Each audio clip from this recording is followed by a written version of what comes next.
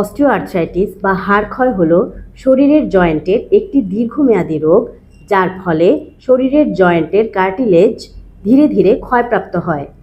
Osteoarthritis সাধারণত নি joint, hip joint, base of the thumb and finger, lumber এবং cervical স্পাইনে হয়ে থাকে।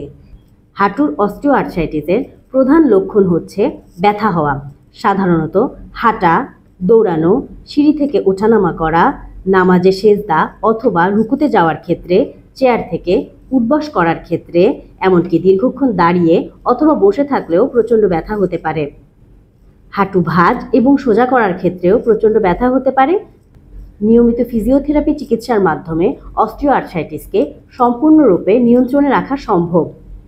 বিভিন্ন ধরনের strengthening exercise, stretching exercise, range of motion exercise, low impact aerobic exercise যেমন হাঁটা, সাঁতার কাটা, সাইকেল চালানো, তারই সাথে বিএমআই অনুযায়ী নিজের ওজন নিয়ন্ত্রণে রাখার মাধ্যমে অস্টিওআর্থ্রাইটিসকে প্রতিরোধ করা সম্ভব।